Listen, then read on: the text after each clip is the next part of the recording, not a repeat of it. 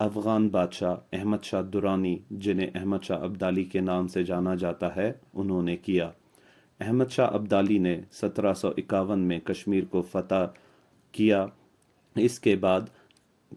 کشمیر پر 70 سال تک افغان حکومت قائم رہی۔ افغان دور حکومت کا خاتمہ سکھ مہاراجہ رنجیت سنگھ نے 1819 میں کشمیر پر قبضہ کر کے کیا، اور کشمیر میں 5 صدیوں کے مسلم دور حکومت کے بعد سکھوں کا دور حکومت شروع ہوا۔ کشمیر کے سکھ گورنر دیوان موتی رام کے دور میں مسلمانوں پر بہت زیادہ مظالم ڈھائے گئے تھے۔ اس ظالم گورنر کے دور میں نہ صرف اذان پر پابندی لگائی گئی، بلکہ مساجدیں گرا دی گئیں یا بند کر دی گئیں، اور مسلمانوں کو ٹیکسوں کے انبار تلے دبا دیا گیا۔ ان مظالم کا ذکر ولیم موئر کرافٹ نے اپنی کتاب travels in the Himalayan provinces of Hindustan میں بھی کیا ہے۔ ریاست جموں کے ڈوگرا مہاراجہ گلاب سنگھ نے سکھ ریاست کو پھیلانے کے غرض سے لداخ، ہنزا اور بلتستان پر حملہ کر کے انہیں رنجیت سنگھ کے حوالے کیا تھا۔ پھر جب ایسٹ انڈیا کمپنی ہندوستان میں آئی تو اس کے بڑھتے ہوئے کنٹرول کو دیکھ کر سکھ مہاراجہ رنجیت سنگھ نے اپنی ریاست کو بچانے کی خاطر انگریزوں کے ساتھ ایک دوسرے کی سرحدی حدود کے احترام کا معاہدہ کیا تھا، لیکن 1839 میں رنجیت سنگھ کی موت کے بعد انگریز حکومت اور سکھ ریاست کے تعلقات خراب ہو گئے، اور پھر 1846 میں ان کے درمیان پہلی جنگ ہوئی، جس میں سکھوں کو شکست ہوئی، اور سکھ مہاراجہ دلیپ سنگھ نے معاہدہ لاہور کے تحت برٹش حکومت سے دوبارہ امن معاہدہ کیا تھا۔ ریاست جموں کا اس وقت کا مہاراجہ گلاب سنگھ سکھوں کی مدد کرنے کے بجائے اپنے مفادات کی خاطر انگریزوں کا ساتھ دیتے ہوئے جنگ سے دور رہا تھا۔ انگریزوں نے فتح حاصل کرنے کے بعد بھی کشمیر کو براہ راست اپنے کنٹرول میں نہ لیا، بلکہ سکھوں کے خلاف انگریزوں کی مدد کرنے والے گلاب سنگھ کے حوالے کر دیا۔ ہوا کچھ یوں کہ انگریزوں نے معاہدہ امرتسر کے تحت وادی کشمیر اور سکھ ریاست کے دیگر علاقہ جات کو 7,50,00,000 کے بدلے گلاب سنگھ کے حوالے کر دیا۔ معاہدے کے تحت انگریز حکومت کشمیر کے مہاراجہ سے ہر قسم کی مدد طلب کر سکتی تھی۔ اس کی مثال یہ ہے کہ پہلی جنگ عظیم میں کشمیریوں نے شرکت کی تھی، اور بعد میں سوویت یونین کی پیش قدمی کے خوف سے انگریزوں نے گلگت ایجنسی کو ڈوگرا حکومت سے واپس اپنے کنٹرول میں لیا تھا۔ برطانوی راج کو تسلیم کرنے کے ضمن میں مہاراجہ گلاب سنگھ کو سالانہ ایک گھوڑا، 12 بھیڑیں اور 3 شالیں برطانوی حکومت کو پیش کرنا لازم تھا۔ یہ جو برٹش دور حکومت تھا، یہ بھی سکھ دور حکومت کی طرح کشمیریوں کے لیے مشکلات و تکالیف کا دور تھا۔ ڈوگرا مہاراجاؤں نے مسلمانوں پر مظالم کے پہاڑ توڑے اور بے پناہ قتل و غارت کیا۔ ڈوگرا حکمران یہ جانتے تھے کہ علاقے کا اکثریتی مذہب ہونے کے ناطے اور سابقہ کئی صدیوں سے حکمرانی کا تجربہ رکھنے والے مسلمان لڑنے، حکومت حاصل کرنے اور اپنی اسلامی شناخت برقرار رکھنے کی بھرپور صلاحیت رکھتے ہیں۔ اس لیے ان ظالم حکمرانوں نے مسلمانوں کو ہر ممکن حد تک کمزور کرنے کی کوشش شروع کر دی۔ کشمیری مسلمانوں نے حالات کے جبر سے سمجھوتا کرنے اور خاموش تماشائی بن کر بیٹھنے کے بجائے اپنی آزادی، خود مختاری اور حریت کی جد و جہد شروع کی۔ کشمیریوں کی اس جد و جہد کو کچلنے کی بہت کوشش کی گئی، مگر تمام تر مظالم کے باوجود جابر حکمرانوں کو ناکامی کے علاوہ کچھ نہ ملا۔ 22 اپریل 1947 کو ہندوستان کے آخری وائسرائے لوئی ماؤنٹ بیٹن نے جواہر لال نہرو کو واضح کیا تھا کہ برٹش انڈیا کی تقسیم کے بعد برٹش انڈیا کی 560 سے زیادہ ریاستیں اپنی مرضی کے مطابق پاکستان یا انڈیا سے الحاق کر سکتی ہیں۔ قانون آزادی ہند 1947 کے تحت یہ ریاستیں اپنے مستقبل کا فیصلہ خود کر سکتی تھیں، مگر ریاستوں کے مہاراجاؤں کو یہ نصیحت کی گئی کہ وہ زمینی اور مذہبی حقائق کو مد نظر رکھتے ہوئے ریاستوں کا فیصلہ کریں۔ یہ بات کانگریس کے رہنماؤں کے لیے پریشان کن تھی، کیونکہ اس وقت تک کے منصوبہ آزادی کے مطابق بھارتی ریاست کا رابطہ کشمیر سے نہیں تھا اور ریاست کی زیادہ تر آبادی بھی مسلمان تھی۔ کانگریس کی قیادت نے ماؤنٹ بیٹن اور منصوبہ تقسیم ہند پر اثر انداز ہونا شروع کر دیا تاکہ ترمیم کروا کر کشمیر سے زمینی رابطہ حاصل کیا جا سکے۔ ریڈ کلف ایوارڈ کی جو رپورٹ 8 اگست 1947 کو مسلم لیگی رہنماؤں کے حوالے کی گئی، اس میں پنجاب کا ضلع گرداسپور پاکستان کا حصہ دکھایا گیا تھا، مگر بعد میں کانگریس اور آخری وائسرائے لوئی ماؤنٹ بیٹن کی ملی بھگت سے گرداسپور کو 15 اگست 1947 سے پہلے بھارت میں شامل کر دیا گیا۔ ریڈ کلف ایوارڈ میں تبدیلی کر کے قانون تقسیم ہند 1947 کی خلاف ورزی کی گئی اور اس تبدیلی سے مسلم لیگ کے رہنماؤں کو بے خبر رکھا گیا تھا۔ بھارت کی چال کا آخری مہرہ کشمیر کے مہاراجہ ہری سنگھ نے تقسیم ہند کے وقت کھیلا، جس نے پاکستان حکومت کے ساتھ اسٹینڈ اسٹل معاہدہ کیا، جبکہ دوسری طرف ظلم و ستم میں پسی ہوئی کشمیری عوام پاکستان کے ساتھ الحاق کے لیے جدوجہد کر رہی تھی۔ مگر جب عوام نے مہاراجہ کو ریاست کی حکمرانی سے 24 اکتوبر 1947 کو باہر نکال پھینکا تو اس نام نہاد راجہ نے پاکستان کے ساتھ کردہ اسٹینڈ اسٹل معاہدے کی خلاف ورزی کرتے ہوئے بھارت کے ساتھ غیر قانونی الحاق کر کے کشمیر میں بھارتی قبضے کی راہ ہموار کی تھی۔ کیونکہ یہ معاہدہ کشمیری عوام کی مرضی کے خلاف کیا گیا تھا، اس لیے عوام نے اسے قبول نہ کیا۔ عوامی رد عمل کو دبانے کے لیے بھارت نے اپنی فوجیں 27 اکتوبر 1947 کو کشمیر میں بھیج دیں، جس کے نتیجے میں پاکستان اور بھارت کے درمیان پہلی جنگ ہوئی۔ حالات کی نزاکت کو دیکھتے ہوئے 1 جنوری 1948 کو بھارت نے مسئلہ کشمیر پر اقوام متحدہ سے مدد مانگ لی۔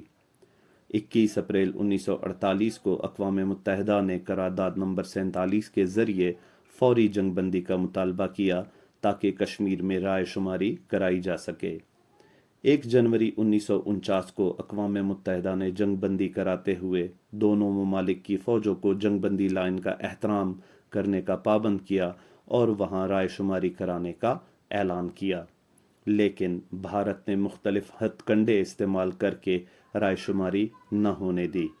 کیونکہ بھارت کو یقین تھا کہ اگر رائے شماری ہوئی تو کشمیر کی مسلمان آبادی پاکستان کا انتخاب کرے گی، جس کے لیے بھارت ہرگز تیار نہ تھا۔ پھر 26 جنوری 1950 کو بھارتی آئین میں آرٹیکل 370 کا اضافہ کیا گیا، جس کے تحت ریاست جموں و کشمیر کو دفاع، خارجہ اور مواصلات کے علاوہ خود مختار ریاست کی حیثیت دے دی گئی۔ اکتوبر 1950 میں شیخ عبداللہ کی جماعت نیشنل کانفرنس نے جموں و کشمیر میں انتخابات کا مطالبہ کیا تاکہ ریاستی اسمبلی تشکیل دی جائے اور ریاستی اسمبلی کشمیر کے مستقبل کا فیصلہ کرے۔ 30 مارچ 1951 کو اقوام متحدہ کی سیکیورٹی کونسل نے کشمیر میں انتخابی عمل کو مسترد کرتے ہوئے کہا کہ یہ اسمبلی رائے شماری کا متبادل نہیں ہے اور نہ ہی کشمیر کے مستقبل کا فیصلہ کر سکتی ہے، ساتھ ہی ایک نمائندہ مقرر کرنے اور کشمیر کو غیر فوجی علاقہ قرار دینے کا اعلان کیا، مگر اس پر عمل درآمد نہ ہو سکا۔ ستمبر 1951 کو کشمیر کی اسمبلی کے انتخابات میں نیشنل کانفرنس نے تمام 75 نشستیں بلا مقابلہ حاصل کر لی۔ 31 اکتوبر 1951 کو شیخ عبداللہ نے ریاستی اسمبلی میں اپنی تقریر میں ریاست کے بھارت کے ساتھ الحاق کے حق میں دلائل دیے۔ جولائی 1952 میں شیخ عبداللہ نے دہلی معاہدے پر دستخط کر دیے، جس کے تحت انڈیا کے زیر انتظام ریاست کو داخلی خود مختاری دی جانا تھی۔ پھر جب وقت گزرنے کے ساتھ ساتھ شیخ عبداللہ نے کشمیر کی خود مختاری کی تجویز دی تو 8 اگست 1953 کو شیخ عبداللہ کو بطور وزیر اعظم فارغ کرتے ہوئے گرفتار کر کے بھارت میں قید کر دیا گیا اور ان کی جگہ بخشی غلام محمد کو وزیر اعظم بنا کر مظاہرین کے ساتھ سختی سے نمٹنے کا کام سونپا گیا۔ 17 سے 20 اگست 1953 کے دوران بھارت اور پاکستان کے وزرائے اعظم کے درمیان دہلی میں ملاقات ہوئی، جس میں اپریل 1954 کے آخر تک وہ کشمیر میں رائے شماری کے لیے ایڈمنسٹریٹرز تعینات کرنے پر متفق ہو گئے۔ لیکن کہا جاتا ہے کہ پھر بعد میں جب پاکستان اور امریکہ کے درمیان تعلقات گہرے ہوئے تو بھارت نے اس مسئلے کو بھی سرد جنگ کولڈ وار کا حصہ قرار دیتے ہوئے رائے شماری سے انکار کر دیا۔ بھارت ہر جگہ کوئی نہ کوئی ہتھ کنڈا استعمال کر کے کشمیر کے مسئلے کو سرد خانے میں ڈال دیتا تھا۔ فروری 1954 میں کشمیر کی بھارتی اسمبلی نے بھارت کے ساتھ الحاق کرنے کا اعلان کر دیا تو وہاں کی عوام منتشر ہو گئی اور مظاہرے شروع کر دیے۔ 14 جنوری 1957 کو اقوام متحدہ کی سلامتی کونسل نے ایک بار پھر 1951 کی قرارداد کا ذکر کرتے ہوئے کہا کہ ریاستی اسمبلی کسی طور بھی کشمیر کے مستقبل کے بارے میں فیصلے کا اختیار نہیں رکھتی اور نہ ہی یہ رائے شماری کا متبادل ہے۔ 26 جنوری 1957 کو ریاستی اسمبلی نے جموں و کشمیر کا آئین نافذ کیا، جس کے تحت ریاست جموں و کشمیر کو بھارتی یونین کا حصہ قرار دیا۔ مارچ 1965 میں بھارتی پارلیمنٹ نے ایک بل پاس کیا جس کے تحت کشمیر کو بھارت کا صوبہ قرار دیتے ہوئے بھارت کو وہاں گورنر تعینات کرنے، کشمیر میں حکومت کو برطرف کرنے اور اسے آئین سازی سے روکنے کے اختیارات دیے گئے تھے۔ 23 اگست تا ستمبر 1965 کے دوران پاکستان اور بھارت کے درمیان دوسری جنگ ہوئی۔ اس جنگ کے نتیجے میں 10 جنوری 1966 کو بھارت اور پاکستان کے مابین تاشقند معاہدے پر دستخط ہوئے، جس کے تحت دونوں ممالک اپنی اپنی افواج کو جنگ سے پہلے والی پوزیشنوں پر لانے پر متفق ہو گئے۔ 3 سے 16 دسمبر 1971 کے دوران پاکستان اور بھارت کے درمیان ہونے والی تیسری جنگ کے نتیجے میں پاکستان کا ایک بازو مشرقی پاکستان علیحدہ ہو کر بنگلہ دیش بن گیا۔ پھر اس کے بعد کشمیر پر بھارت کے مظالم بڑھتے گئے اور اس حوالے سے بھارت جو ہے پاکستان سے مذاکرات کرنے سے کتراتا رہا۔ پھر وقت گزرتا گیا اور 21 فروری 1999 کو بھارتی وزیر اعظم اٹل بہاری واجپئی اور پاکستانی وزیر اعظم نواز شریف نے اعلان لاہور پر دستخط کیے، جس کے تحت کشمیر سمیت تمام مسائل کو باہمی مذاکرات کے ذریعے حل کرنے کا اعلان کیا گیا۔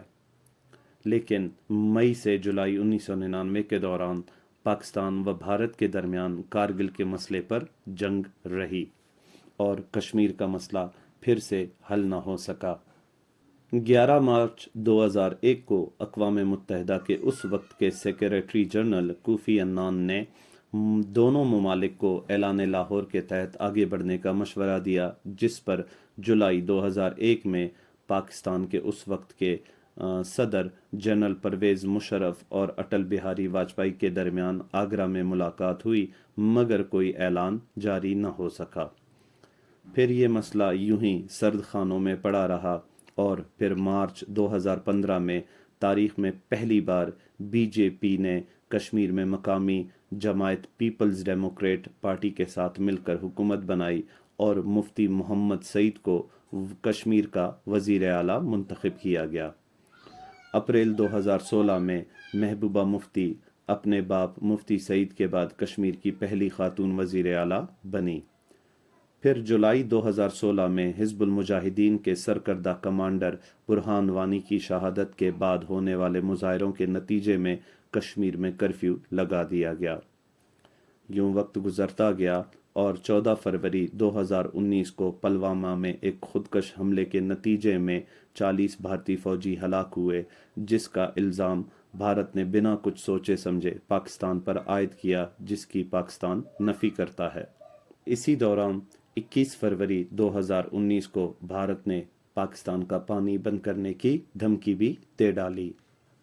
اور پھر 5 اگست 2019 کو بھارتیہ جنتا پارٹی کی مودی حکومت نے انڈین آئین کی شق 370 اور 35A کے خاتمے کا اعلان کر دیا۔ ان آرٹیکلز کے تحت ریاست جموں و کشمیر کو نیم خود مختار حیثیت اور خصوصی اختیارات حاصل تھے۔ اس طرح کشمیر کو بھارتی یونین میں زبردستی ضم کر دیا گیا۔ یہ فیصلہ بھارتی وزیر اعظم نریندر مودی کی زیر صدارت دہلی میں ہونے والے اجلاس میں کیا گیا تھا، اور اس کا اعلان بھارتی وزیر داخلہ امت شاہ نے بھارتی پارلیمان میں کیا تھا۔ بی جے پی کی حکومت کی جانب سے لائی جانے والی اس تبدیلی کے نتیجے میں اب جموں و کشمیر کو ایک ریاست کا درجہ حاصل نہیں رہا۔ اب ریاست جموں و کشمیر کو مرکز کے زیر انتظام 2 علاقوں کا درجہ دیا گیا ہے، جن میں سے ایک کا نام جموں و کشمیر اور دوسرے کا نام لداخ رکھا گیا ہے، اور ان دونوں علاقوں کا انتظام لیفٹیننٹ گورنر چلانے کا اہل اور ذمہ دار ہوگا۔ انڈیا کی جانب سے آئین کے اندر کی جانے والی اس تبدیلی کے نتیجے میں جموں و کشمیر میں بھارتی قانون ساز اسمبلی قائم ہوگی، مگر لداخ میں کوئی اسمبلی نہیں ہوگی۔ اس کے علاوہ اب جموں و کشمیر کے داخلہ امور جو پہلے وزیر اعلیٰ چلائے کرتے تھے، وہ براہ راست بھارت کے وزیر داخلہ کے زیر انتظام آ جائیں گے، جن کو وہ لیفٹیننٹ گورنر کے ذریعے چلائیں گے۔ ان باتوں کے علاوہ انڈیا کے تمام مرکزی قوانین جو پہلے کشمیر کی ریاستی اسمبلی کی منظوری کے محتاج تھے، اب کشمیر کے علاقے میں خود بخود نافذ ہو جائیں گے۔ اسی طرح سے انڈین سپریم کورٹ کے فیصلوں کا اطلاق بھی اب براہ راست کشمیر پر ہوگا۔ جموں و کشمیر کی ریاستی اسمبلی کی مدت بھی 6 کی جگہ 5 برس کر دی گئی ہے۔ کشمیر میں خواتین کے حوالے سے جو روایتی قوانین نافذ تھے، وہ بھی ختم ہو جائیں گے۔ وفاقی حکومت یا پارلیمان فیصلہ کرے گی کہ جموں و کشمیر میں تعزیرات ہند کا نفاذ ہوگا یا پھر مقامی RPC نافذ رہے گا۔ آرٹیکل 370 کے تحت ریاست جموں و کشمیر کو ایک خاص مقام حاصل تھا، اور انڈیا کے آئین کی جو دفعات دیگر ریاستوں پر لاگو ہوتی تھی، اس آرٹیکل کے تحت ان کا اطلاق ریاست جموں و کشمیر پر نہیں ہو سکتا تھا۔ آرٹیکل 370 کے تحت ریاست جموں و کشمیر کو اپنا آئین بنانے، اپنا پرچم رکھنے کا حق دیا گیا تھا، جبکہ انڈیا کے صدر کے پاس ریاست کا آئین معطل کرنے کا حق بھی نہیں تھا۔ اس آرٹیکل کے تحت دفاع، مواصلات اور خارجہ امور کے علاوہ کسی اور معاملے میں مرکزی بھارتی حکومت یا پارلیمان ریاست میں ریاستی حکومت کی توثیق کے بغیر انڈین قوانین کا اطلاق نہیں کرا سکتی تھی۔ بھارتی آئین کے آرٹیکل 360 کے تحت وفاقی حکومت کسی ریاست میں یا پورے ملک میں مالیاتی ایمرجنسی نافذ کر سکتی ہے، لیکن آرٹیکل 370 کے تحت انڈین حکومت کو جموں و کشمیر میں اس اقدام کی اجازت نہیں تھی۔ ہاں، مگر اب آرٹیکل 370 کے خاتمے کے ساتھ ہی بھارت کے آئین میں صدارتی حکم کے تحت شامل کیا جانے والا آرٹیکل 35A بھی ختم ہو گیا ہے، جس کے تحت ریاست کشمیر کے باشندوں کی بطور مستقل باشندہ پہچان ہوتی تھی، اور انہیں بطور مستقل شہری خصوصی حقوق حاصل ہوا کرتے تھے۔ آرٹیکل 35A کی روح سے جموں و کشمیر کی حدود سے باہر کسی بھی علاقے کا شہری ریاست میں غیر منقولہ جائیداد کا مالک نہیں بن سکتا تھا، وہاں سرکاری نوکری حاصل نہیں کر سکتا تھا، اور نہ کشمیر میں آزادانہ طور پر سرمایہ کاری کر سکتا تھا۔ لیکن اس آرٹیکل کے ختم ہونے کے بعد اب کسی بھی انڈین شہری کو یہ تمام حقوق حاصل ہوں گے۔ یہ قوانین ڈوگرا مہاراجہ ہری سنگھ نے سن 1927 سے 1932 کے درمیان قائم کیے تھے۔ پھر انہی قوانین کو سن 1949 میں ایک صدارتی حکم نامے کے ذریعے بھارت کے آئین میں شامل کیا گیا تھا۔ آرٹیکل 370 کی صرف ایک شق کو برقرار رکھا گیا ہے، جس کے مطابق بھارتی صدر مملکت تبدیلی اور حکم جاری کرنے کے مجاز ہوں گے۔ ان تبدیلیوں کو لے کر کشمیریوں کو خدشہ ہے کہ آئین ہند میں موجود یہ حفاظتی دیوار گرنے کے نتیجے میں وہ بھی فلسطینیوں کی طرح بے گھر ہو جائیں گے، کیونکہ غیر مسلم آباد کاروں کی کشمیر آمد کے نتیجے میں ان کی زمینوں، وسائل اور روزگار پر قبضہ ہو سکتا ہے، اور بھارت جان بوجھ کر وہاں پر غیر مسلم لوگوں کو آباد کرنے کی کوشش کر رہا ہے، جس کے نتیجے میں وہ مسلم آبادی کو کم کر سکے اور آنے والے وقت میں وہاں پر جو ہے رائے شماری کروا کر کشمیر کو بھارت کا حصہ بنا سکے۔ 16 اگست 2019 کو 1965 کے بعد پہلی بار کشمیر کے مسئلے پر اقوام متحدہ کی سلامتی کونسل کا اجلاس ہوا، لیکن اس کے کوئی خاطر خواہ نتائج نہ دیکھے جا سکے۔ اقوام متحدہ کی سیکیورٹی کونسل کی قرارداد نمبر 39 کشمیر کے تنازع کو پرامن طریقے سے حل کرنے کے بارے میں ہے۔ پاکستان نے 5 اگست 2020 کو یوم استحصال کشمیر کے طور پر منایا تھا۔ پاکستان یہ کہتا ہے کہ کشمیر کے مسئلے کو اقوام متحدہ کی قراردادوں کے تحت رائے شماری کے ذریعے حل کروایا جائے، لیکن بھارت کو یہ ڈر ہے کہ اگر رائے شماری کرائی جائے گی تو کشمیر والے مسلمان ہونے کے ناطے پاکستان کا انتخاب کریں گے اور کشمیر بھارت کے ہاتھ سے نکل جائے گا۔ لیکن اگر انسانی حقوق کے قوانین کو دیکھا جائے تو کشمیریوں کو یہ پورا حق حاصل ہے کہ وہ اپنے مستقبل کا فیصلہ اپنی مرضی سے کریں، نہ کہ بھارت کے دباؤ میں آ کر کریں۔ اگر کشمیری پاکستان کے ساتھ الحاق کرنا چاہتے ہیں اور رائے شماری میں پاکستان کا انتخاب کرتے ہیں تو یہ ان کا انسانی حق ہے اور وہ اپنی مرضی سے کسی بھی ملک کے ساتھ الحاق کر سکتے ہیں۔ اس وقت ضرورت اس بات کی ہے کہ پوری دنیا بھارت کو مجبور کرے کہ وہ اقوام متحدہ کی قراردادوں کو مد نظر رکھتے ہوئے کشمیر کے اندر رائے شماری کرائے، تاکہ کئی دہائیوں سے جاری کشمیر کا یہ مسئلہ اور کشمیر میں جاری بھارتی مظالم کا خاتمہ ہو سکے اور کشمیری لوگ اپنے مستقبل کا فیصلہ اپنی مرضی سے کر سکیں۔ تو یہ تھی کشمیر کی مکمل تاریخ، اور اس مسئلے کے حوالے سے جو ضروری معلومات تھی وہ سب میں نے آپ کے سامنے رکھ دی ہے۔ میں امید کرتا ہوں کہ اس ویڈیو کو دیکھنے کے بعد آپ کو اب کشمیر کے حوالے سے کوئی مشکل نہیں ہوگی، اور اگر انٹرویو میں آپ سے کشمیر کے حوالے سے سوالات کیے جاتے ہیں تو آپ ان کے بہتر جوابات دینے کے اہل ہوں گے۔ ملتے ہیں ایک نئی ویڈیو کے ساتھ، تب تک کے لیے اپنا خیال رکھیے اور مجھے اپنی دعاؤں میں یاد رکھیے۔ اللہ حافظ۔